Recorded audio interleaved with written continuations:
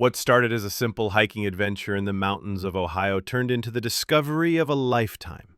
Two experienced climbers stumbled upon something that had been hidden for decades, and what they found inside will absolutely blow your mind. But before we dive into this incredible story, make sure to hit that like button, subscribe to the channel, and ring the notification bell so you never miss our amazing adventures. The crisp mountain air filled their lungs as Jake and Marcus adjusted their climbing gear at the base of Eagle's Peak. These weren't your average weekend hikers. Both men had been conquering challenging terrain for over 15 years. They'd scaled ice walls in Colorado, navigated treacherous ravines in Utah, and survived more wildlife encounters than they cared to count. But nothing, and I mean nothing, could have prepared them for what they were about to discover on this seemingly ordinary Tuesday morning. "Ready for the northeast face?" Jake called out, checking his harness one final time. Marcus nodded, already studying the route they'd mapped out weeks earlier. The cliff stretched nearly 200 feet above them, a challenging but manageable climb for their skill level. About halfway up the ascent, something caught Jake's eye. He paused, one hand gripping a solid hold, and squinted at what appeared to be perfectly straight lines carved into the rock face. "Marcus, you need to see this," Jake called out, his voice carrying a note of confusion. Marcus carefully traversed over to his friend's position. What they saw defied explanation. Carved into the natural stone were precise geometric lines, far too perfect to be the work of erosion or natural weathering. "This is definitely man-made," Marcus whispered, running his fingers along the edges.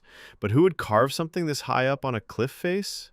As they examined the markings more closely, they realized they were looking at the outline of what appeared to be a door.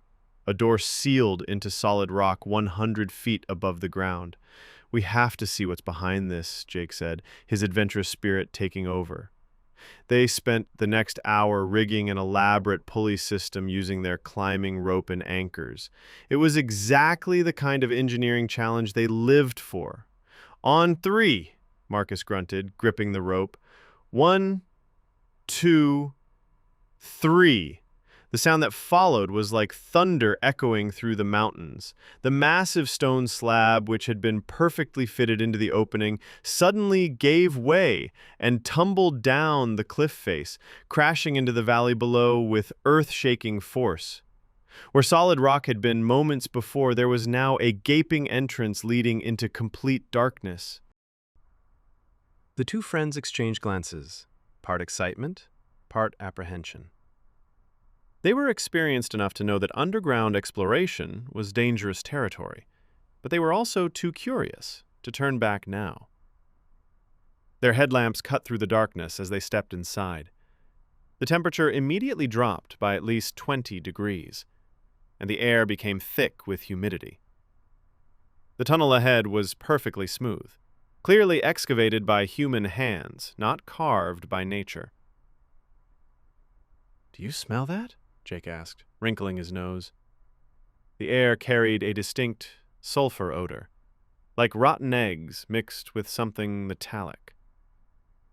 "That's probably from blasting," Marcus replied, examining the tunnel walls. "Whoever dug this used explosives. You can see the blast patterns in the rock." They had walked maybe 50 yards when a sound echoed from deep within the mountain, a low, rhythmic tapping that seemed to pulse through the stone itself. "Someone's down there," Jake breathed. "Someone's working." Against every survival instinct they possessed, curiosity won. They pressed deeper into the tunnel, following the sound like a beacon in the darkness. What they found around the next bend stopped them cold. Leaning against the tunnel walls were mining tools, pickaxes, shovels, and drilling equipment. But here's the strange part.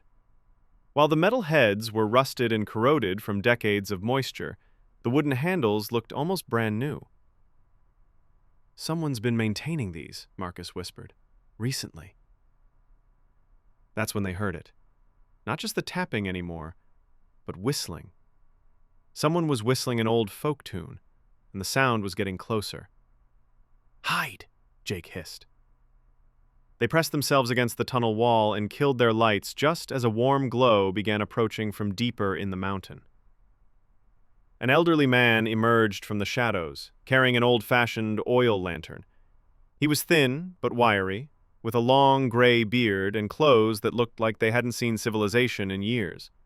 He selected a pickaxe from the wall, tested its weight, and then turned back toward the depths of the tunnel. Jake and Marcus waited until his light disappeared before following at a safe distance. They had to know what was going on down here. The tunnel opened into a vast underground chamber, illuminated by dozens of oil lanterns hanging from the walls. And there, working methodically at the far wall, was the old man they'd been following. For 10 minutes, they watched him swing the pickaxe with practiced precision. Then he stopped, reached into his pocket, and held something up to the light. Even from across the chamber, there was no mistaking the golden gleam of what he was holding. "Is that?" Marcus started to whisper, but his words were cut short as the man walked directly toward their hiding spot behind what they now realized was some kind of furnace. The old furnace roared to life with a whoosh of flame and superheated air. The metal casing became scalding hot in seconds, forcing Jake and Marcus to leap back with shouts of pain and surprise. "Who are you?" the old man demanded, raising his pickaxe defensively. "You're trying to steal my sparkle!" Jake raised his hands peacefully. "We're not thieves, sir. We're rock climbers. We found the entrance to your tunnel by accident while scaling the cliff face." The tension slowly drained from the old man's shoulders. "Name's Bob," he said gruffly. "Been living in these mountains for, must be going on 41 years now." As Bob led them deeper into his underground world, he told them his story. Back in 1983, he'd been a geological surveyor who discovered gold deposits in this mountain. Instead of reporting his find, he'd quietly begun excavating by hand and with small explosive charges.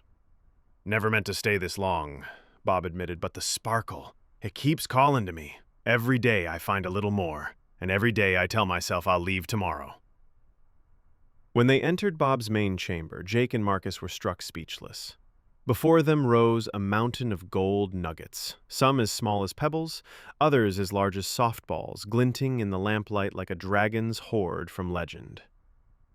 "This has to be worth," Marcus started, then stopped, unable to even estimate the value. But as they talked with Bob, a tragic picture emerged. Here was a man who had accumulated incredible wealth, but had completely lost touch with the outside world. He didn't know how to use his fortune, didn't even really understand its value. He was a prisoner of his own success. "Bob," Jake said gently, "you don't have to live like this anymore. This gold could give you any life you want." "We could help you," Marcus added. "Help you figure out how to safely sell it and start fresh." For the first time in decades, Bob's eyes showed something other than the fever of gold hunting. They showed hope.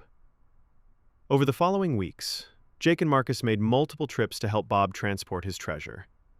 It was backbreaking work. They estimated he'd accumulated over 2,000 pounds of raw gold over 4 decades of mining.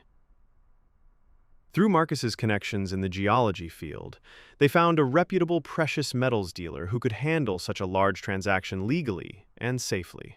When the final appraisal came in, Bob stared at the number in disbelief. $23,847,000. For the first time since the early 1980s, Bob broke down and cried, not from sadness, but from the overwhelming realization that his life could finally begin again. 6 months later, Bob sent Jake and Marcus a postcard from a small coastal village in Maine. The photo showed him sitting on a sunny porch, smiling genuinely for the first time in decades.